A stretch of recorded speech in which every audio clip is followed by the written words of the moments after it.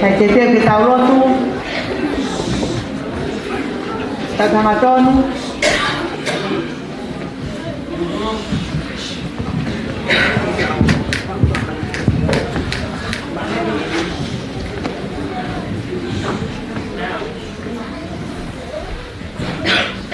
Teu te tau hiwa, tama te te loto toa. Teu hiwa.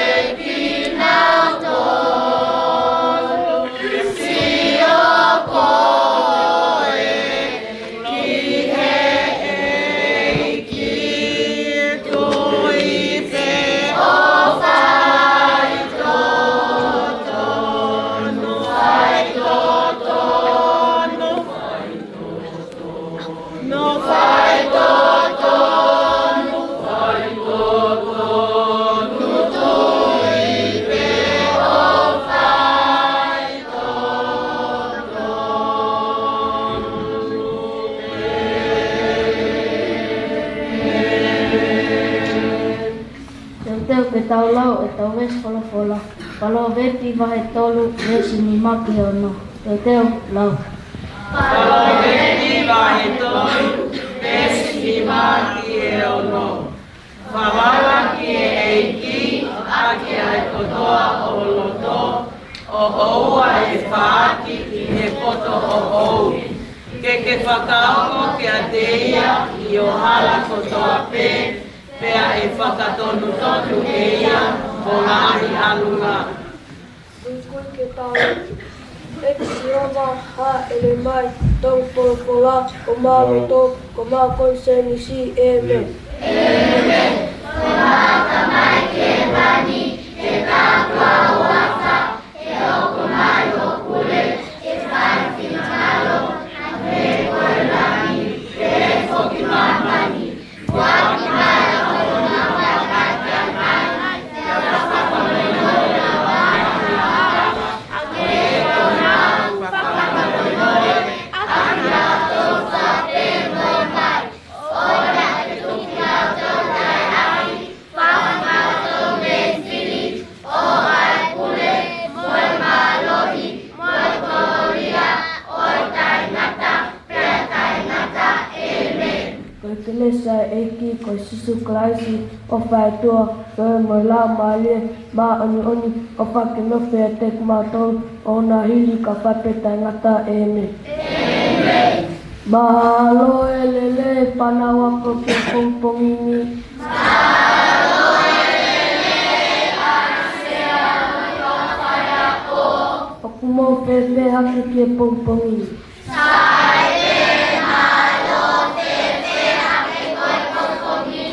Sai pe malo.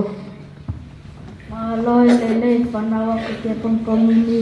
Mahalo e lele stuart mo ka whaiako. Kumo fefe ake ke pongpongini.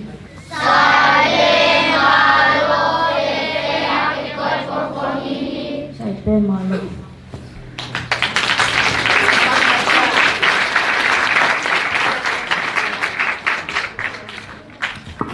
Sai koe taki mua lotu e pongpong ini, me tataki kita tolu e loki fitu, klasia ari ni paya. Pas ko tau mai ke o tau ke ni.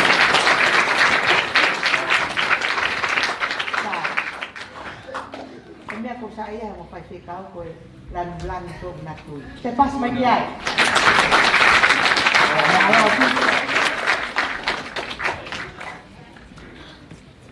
Na o si ilo pe e oha, ka na tui suke kuhanga hena lanu, o te ke i ao ka asi mai e. Ala a. Sai,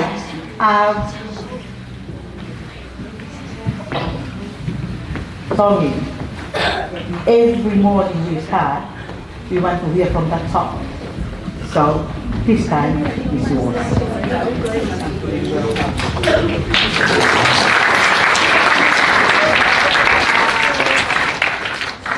Malo Lea.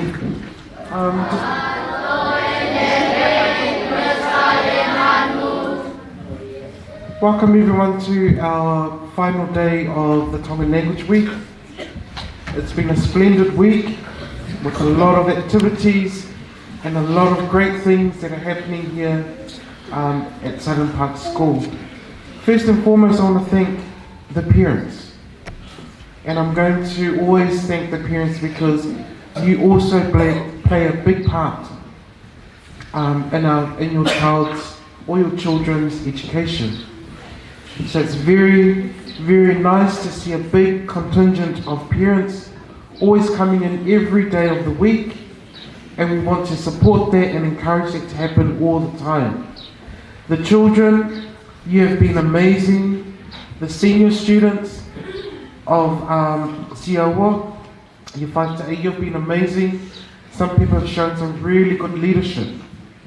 And this comes because you are proud of your Tongan culture. And I think that it's very important that you are proud of who you are, your culture, your language, and your identity. So I believe that's going to be displayed today on stage with a lot of dancing that's going to happen.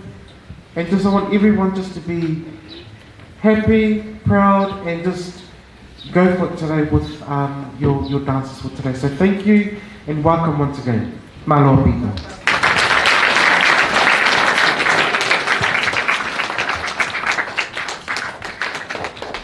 Malo apito koe tamatai o taonga le ahoni o he toko ni pure tongi pa koe me fafofonga i koe pure ako i ahoni pea ko tatu koe ni o Uike Lea Faka-Tonga tau e tau whanonga mai moni tusi pule uta pule koe ahwhaka o sien pea uhiu ihe ni poate talasiti fia ho mui holo ya mau tolu tau ke rest home, tau ke sopimi, ke hau tau ke mau prahateu, mau ngoi le teo mau malo. Ko ya i whai ngamari e ko e ni, kwa te tangasiti, kwa te mau whai ngamari e ko hi ko e mātua, pia tau toki koko ni.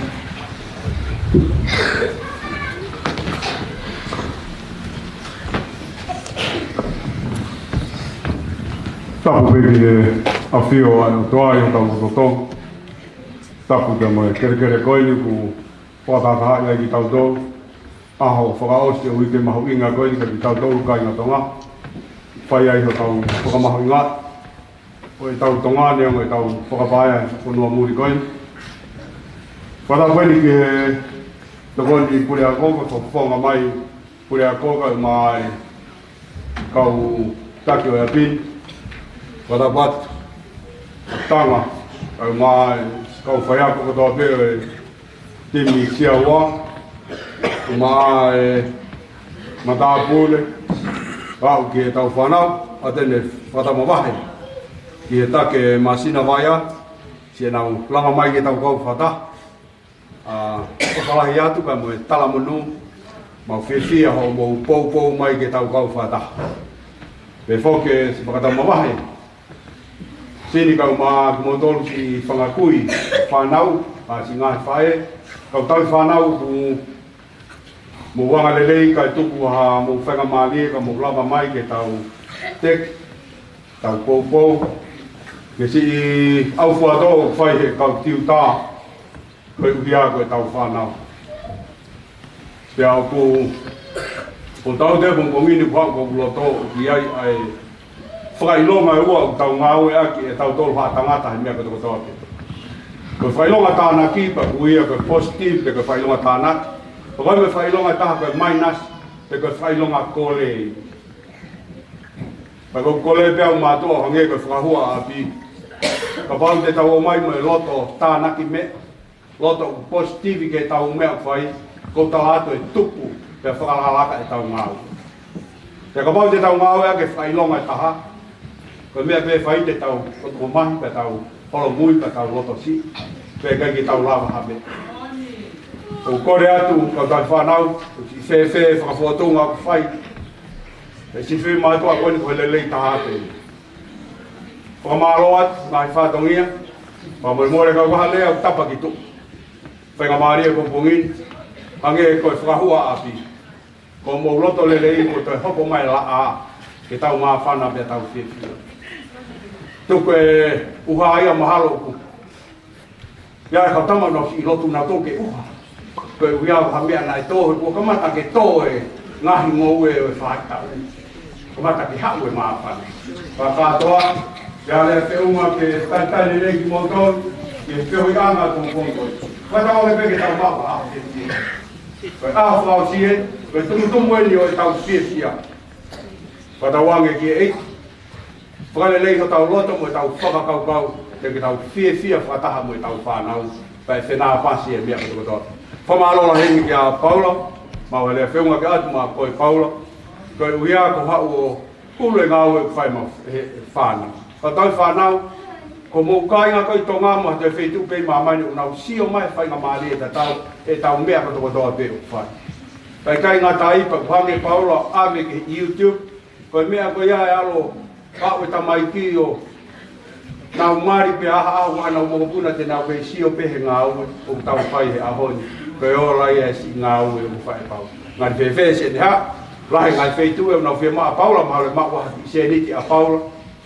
Ka ku Loto mauralo pea Paula pea si omi pe heni kisione o si hao Paula ke hao peo si tau Paula ko whamalo at so ke kātak pea whamore pe ka poko hata ipu ko si lere whanau i mu pe pehe ke whewhe ko whanau toka me aha ko nau toki lala ka nau toki omo mai ko si o tau de o ka pe tai nini whamalo ka ri neni he kei mau wiri ta ofi e tau tamai ko Kata ki peu toi pea ta whanau, whakamalo atu mo wanga lelei, te ke sio haako anga lelei pehe.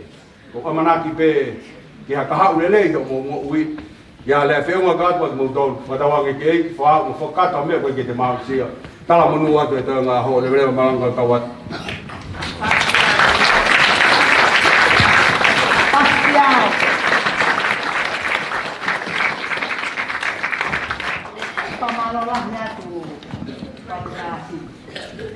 Hange ko blane ko ade nai ho mui holo ya mau tolu.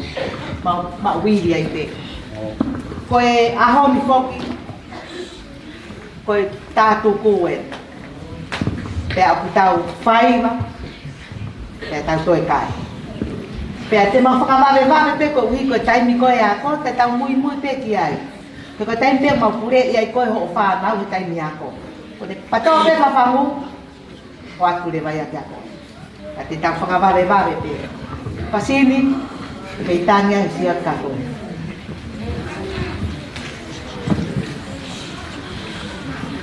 Ke, pamaloha. Paula, ko toki ilo ane afi. Ko lava mai koe ane afi. Taku ke eiki koe katoe kau whaia. Ko toki ilo. Ke eiki a tupou.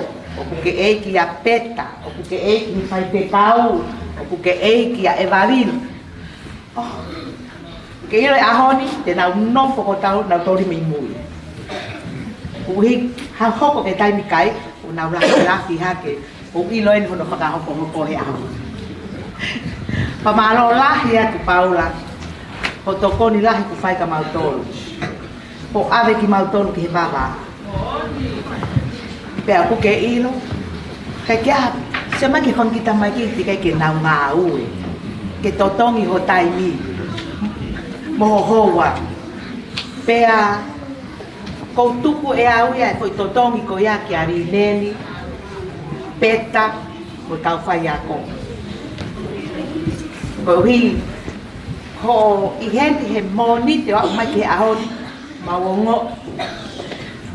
Lahi ngahi mea ko tonu ke au ki ai, mawai ho seni. Ka ko tokoni ko eni, ki he api akoni, na kai ke mau amanaki matol, pa na kai ke mau palani ki ai. Ka mau whakamaro lahi atu kia te koe, he poate, ure ako, ka upai ako, ka peheko ke ki whanau. Ko tui ko mea ku nau mo he ai, ko nau o sio he nau rea. Ko ngahi mea koe na nau whai, ku ke hanga e koe tuha pa nau toki o, e peo ke mei a. Ko whamaro lahi atu kia te koe. Whamaro lahi atu. Ngai tamai, pae, au maa e whabiri ko toa pe. Ko lava mai ke tau popou, i he ngau e tau whanau. Hei kai ke toi whakaroo loa, o si pekoni o steteng mai kalastaha ko tau whai. Pea, kahiri pe ni, Paula ke whakamau ai ngahi u koloa Faka-Tonga koe ni ai kau whai ako, u pala, ke toko uhi koe whai wa, te ria na alolo lolo, ko te hoko mai pe tau ngahi mea hoko, kei matarerei pe tau u pala kia. Pea hiri ko ia, whai tau ki ngā unu si pe, te ombi lema pea moe, uniti,